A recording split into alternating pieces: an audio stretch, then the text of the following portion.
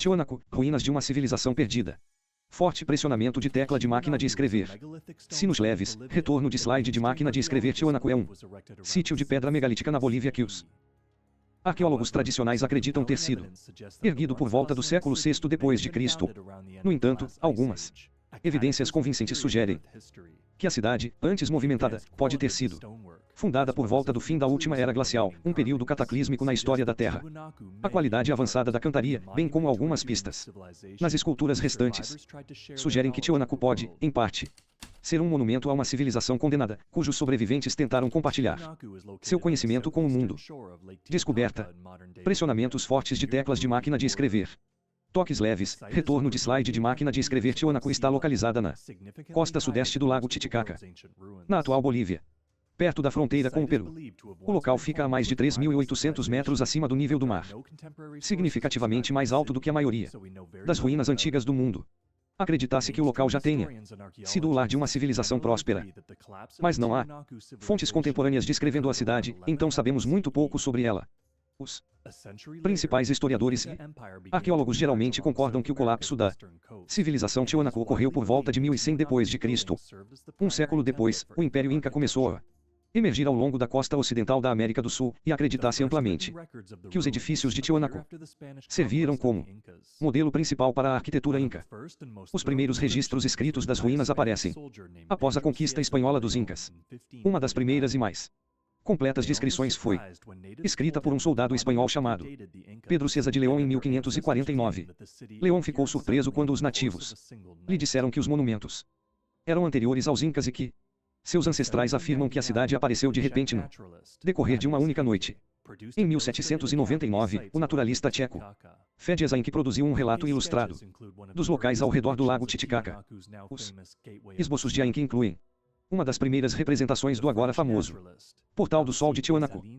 O naturalista francês Alcide Dessalines d'Orbigny foi um dos muitos estudiosos estrangeiros a chegar depois que a Bolívia conquistou sua independência da Espanha em 1825. Em junho de 1833, d'Orbigny definiu os 3 complexos de templos, com os nomes usados até hoje: Calazazaya, Acapana e Pumapunku. O trabalho de d'Orbigny ajudou a inspirar o presidente boliviano, José Boliviano Segurola, a estabelecer o primeiro Museu Nacional, dedicado a Tiwanaku em 1846, e a começar a coletar relíquias do local.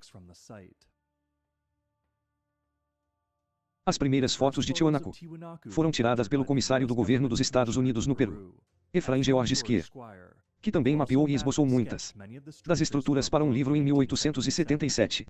Escavações mais rigorosas começaram no final do século XIX, levando o arqueólogo suíço-americano Adolf Berndalir a defender a crença, agora amplamente aceita, de que o local não era apenas um centro cerimonial, mas uma cidade que já abrigou milhares de pessoas.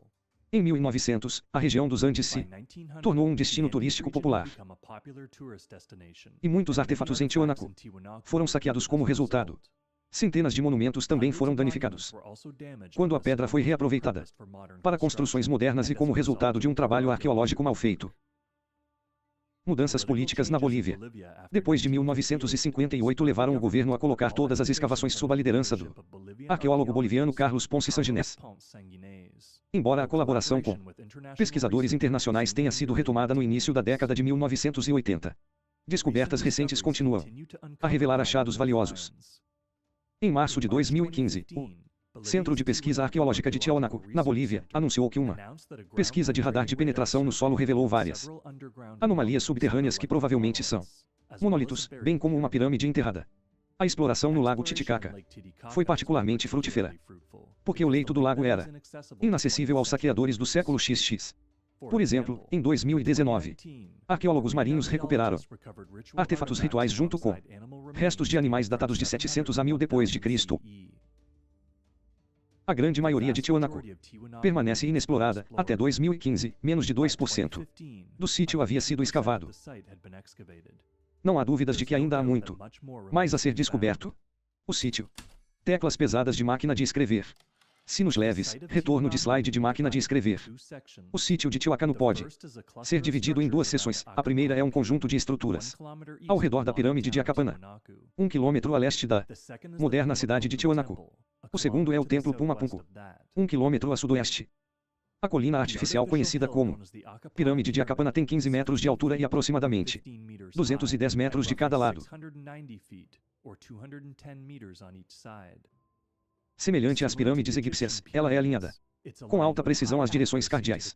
Atualmente, restam apenas cerca de 10% da estrutura, com o restante dos blocos de andesito tendo sido saqueados para construção.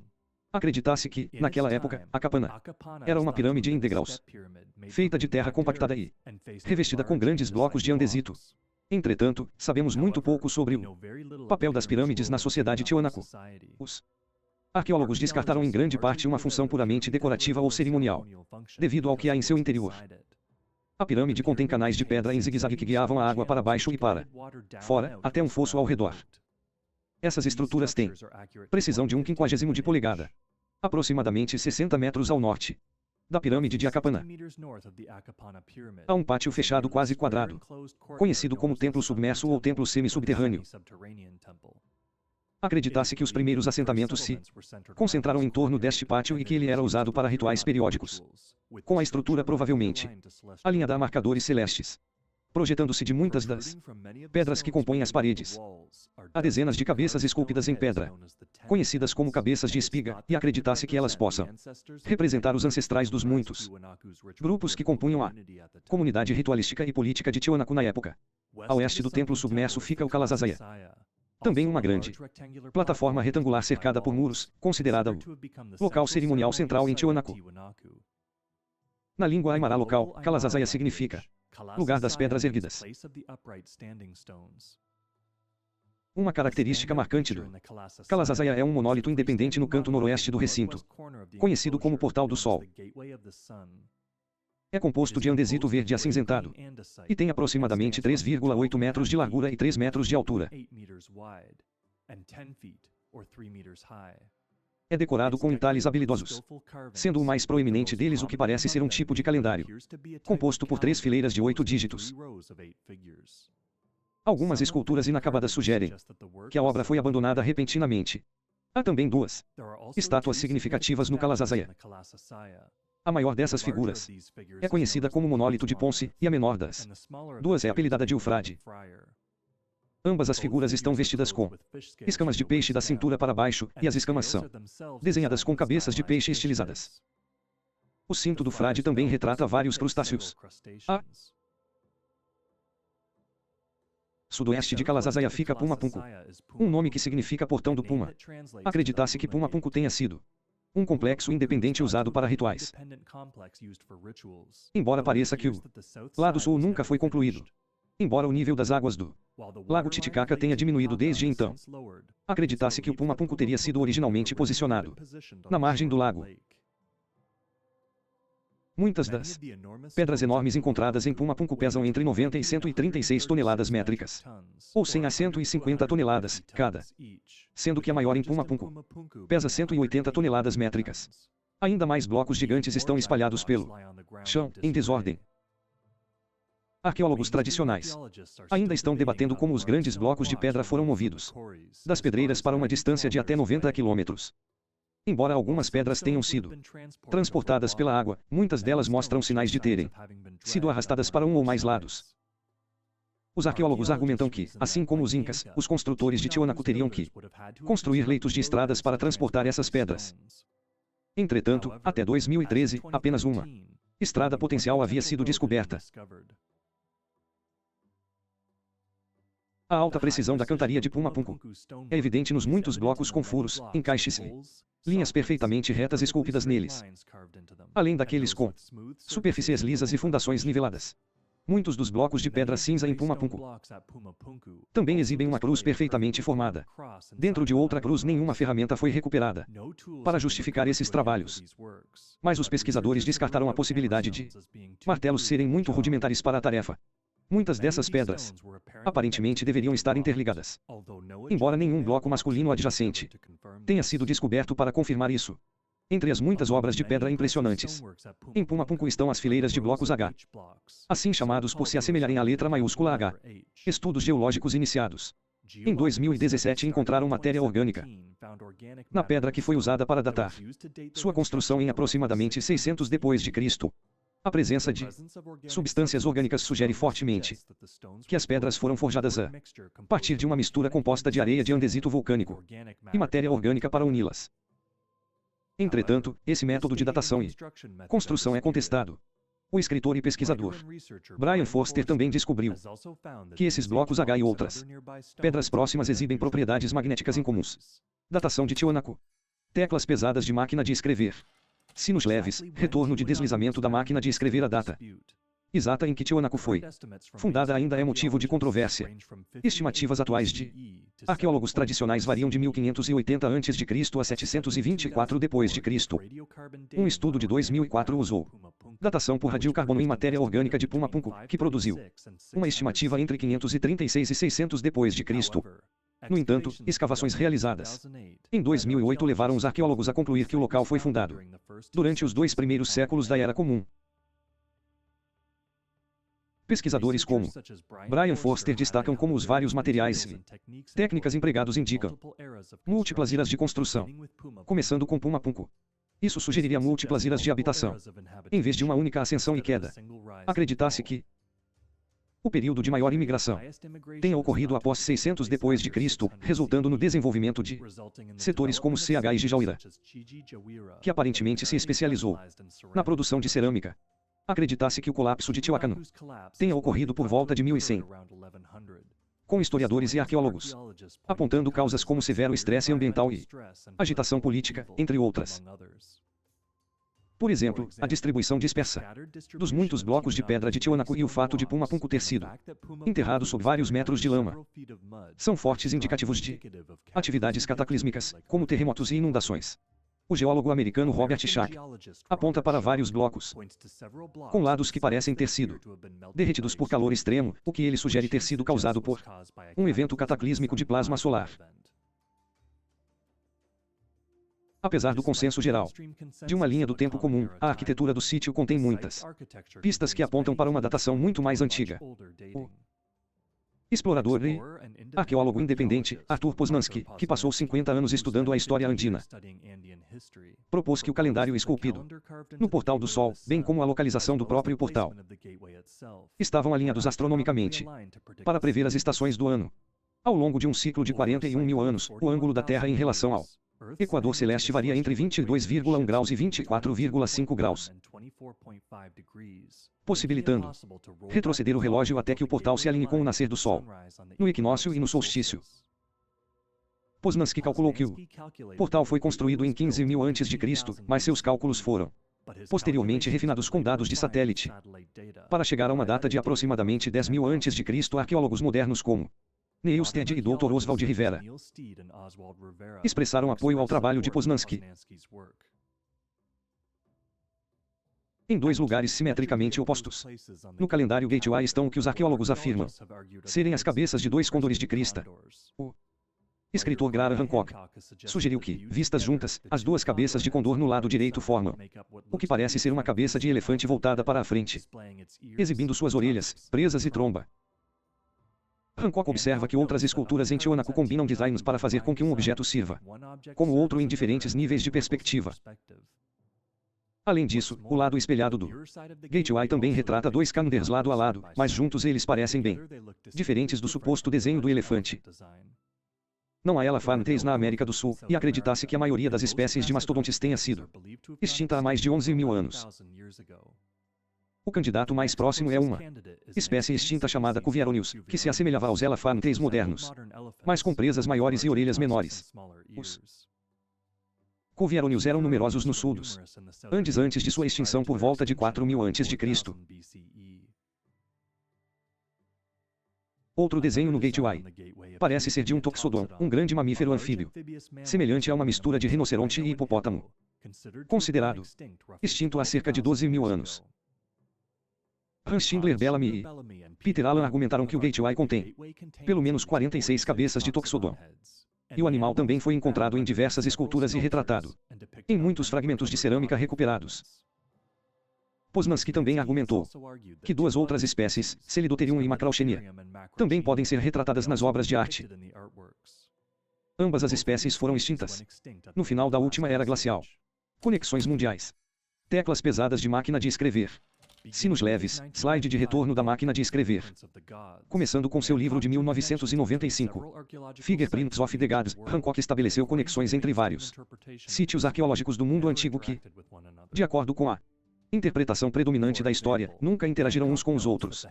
Por exemplo, Hancock observa que os barcos de junco feitos à mão pelos moradores modernos de uma ilha no lago Titicaca são quase idênticos aos usados pelos antigos egípcios para navegar e mover pedras ao longo do Nilo. Muitas características de Tiwanaku são anômalas para a região e até mesmo para o continente, mas são encontradas em outros sítios antigos ao redor do mundo. Por exemplo, muitos dos maiores monolitos em Pumapunku mostram evidências de terem sido fixados por grampos de metal em forma de I. Essa técnica não é encontrada em nenhum outro lugar na América do Sul, mas pode ser encontrada nos complexos de templos de Dendera, no centro do Egito, e em Angkor Wat, no Camboja. A análise de uma pinça sobrevivente usando um microscópio eletrônico de varredura revelou que o metal havia sido derramado enquanto estava fundido. Além disso, a análise espectrográfica mostrou que a pinça continha 1,7% de níquel, apesar de não haver nenhuma fonte conhecida de níquel na Bolívia. Hancock observa que Tiwanaku é um dos muitos antigos sítios de pedras megalíticas que dizem ter sido construídos pelo poder do som e da feitiçaria. Por exemplo, uma tradição inca afirma que as pedras foram transportadas pelo ar ao som de uma trombeta ou por vontade própria. Isso está de acordo com as tradições da Ilha de Páscoa, que afirmam que grandes mágicos usaram seu poder de mana e palavras para caminhar com as estátuas megalíticas para fora da pedreira. Além disso, as lendas maias afirmam que a pirâmide do mago, localizada em Usmal, Yucatán, foi construída da noite para o dia. O outro nome da pirâmide, Casa do Anão, é uma referência a outra lenda que afirma que um anão com poderes sobrenaturais movia as pedras pesadas assobiando. Técnicas semelhantes de levitação também são descritas em um registro egípcio de uma competição entre um mágico egípcio e um etíope. Disse que este último ergueu uma enorme abóbada de pedra acima do faraó antes que o egípcio proferisse um feitiço que fez com que um grande barco fantasma levasse a pedra embora. Cientistas modernos descobriram como fazer um objeto levitar produzindo uma onda sonora estacionária. Embora atualmente eles sejam capazes de levantar apenas objetos relativamente pequenos. Entre os designs do Gateway estão 48 homens-pássaros e tereantropos, ou híbridos de humanos e animais, de várias combinações. Pássaros com cabeça humana também são encontrados na arte egípcia antiga para representar o coração-alma, ou a parte do ser humano que sobrevive à morte. Hancock conecta os desenhos marítimos dos monolitos Friar e Ponce aos mitos mesopotâmicos que descrevem figuras civilizadas vestidas de peixe conhecidas como Apkalus. Dizia-se que os Apkalus eram dotados de razão, e seu líder presenteou o povo da Mesopotâmia com conhecimento das artes e ciências, bem como de construção e agricultura.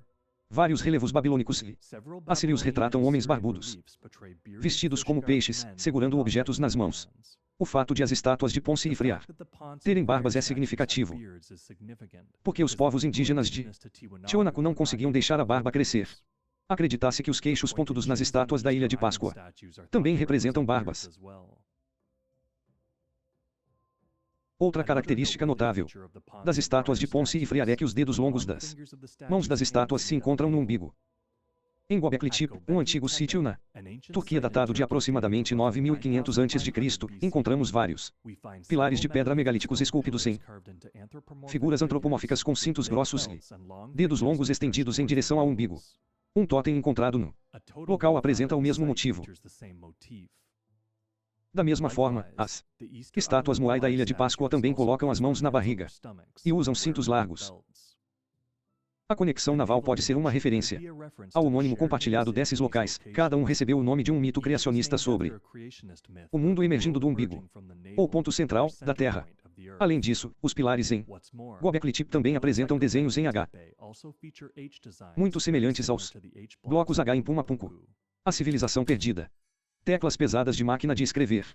Sinos leves, slide de retorno da máquina de escrever. Histórias de uma sociedade avançada anteriores à origem atualmente aceita da civilização datam de 2. Diálogos de Platão de 360 a.C.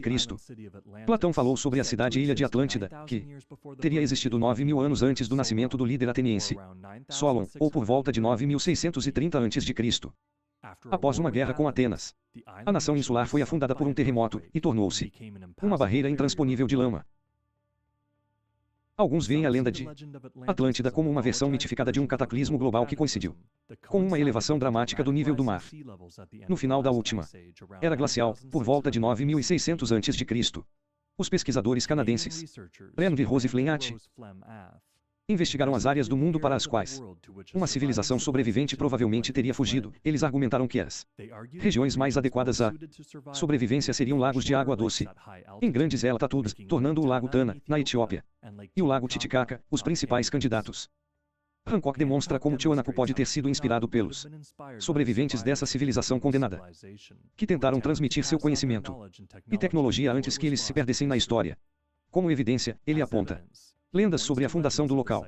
A cidade de Tiwanaku, Viracocha, recebeu o nome em homenagem ao seu deus criador fundador, que é descrito como tendo pele clara e barba cheia. Disse que Viracocha e seus companheiros chegaram a Tiwanaku após uma grande inundação que ele causou e apareceram em forma humana do lago Titicaca. O nome de Viracocha significa espuma do mar, e dizia-se que ele e seus seguidores caminhavam sobre as ondas com a mesma facilidade com que atravessavam a terra. Viracocha também é acreditado por transmitir ao povo seu conhecimento e filosofia, que ele então espalhou para as terras vizinhas. As descrições de Viracocha coincidem muito com as da antiga divindade maia, Quetzalcoatl. Quetzalcoatl é descrito como uma divindade de pele branca, olhos grandes, cabelos longos e barba arredondada. Dizem que ele ensinou os maias a cozinhar e a calcular as estações do ano, além de incentivar um estilo de vida mais pacífico. Disse também que ele chegou do outro lado do mar, num barco que se movia sozinho, sem remos. O deus egípcio, Osíris, é outro deus barbudo que dizem ter civilizado o povo ao abolir o canibalismo e ensinar agricultura e criação de animais, bem como escrita, música e arquitetura. Dizem que Osíris e Quetzalcoatl também espalharam seu conhecimento, viajando para terras estrangeiras. Talvez as lendas de Quetzalcoatl, Osíris e outras figuras do mundo antigo apontem para um evento comum na história mundial, onde um cataclismo global forçou uma civilização avançada a fugir de sua terra natal e plantar as sementes da civilização em solo fértil. Conclusão. Teclas pesadas de máquina de escrever. Sinos leves, retorno de deslizamento da máquina de escrever. Tiwanaku é um dos vários sítios na América do Sul e ao redor do mundo que podem ser muito mais antigos do que os arqueólogos tradicionais acreditam atualmente. Embora sem dúvida tenha sido habitada por centenas de anos, ela pode ter sido construída originalmente pelos sobreviventes de um cataclismo global correspondente ao fim da última era glacial. Portanto, não foi apenas um modelo para a civilização inca que o sucedeu, mas pode ser um monumento a uma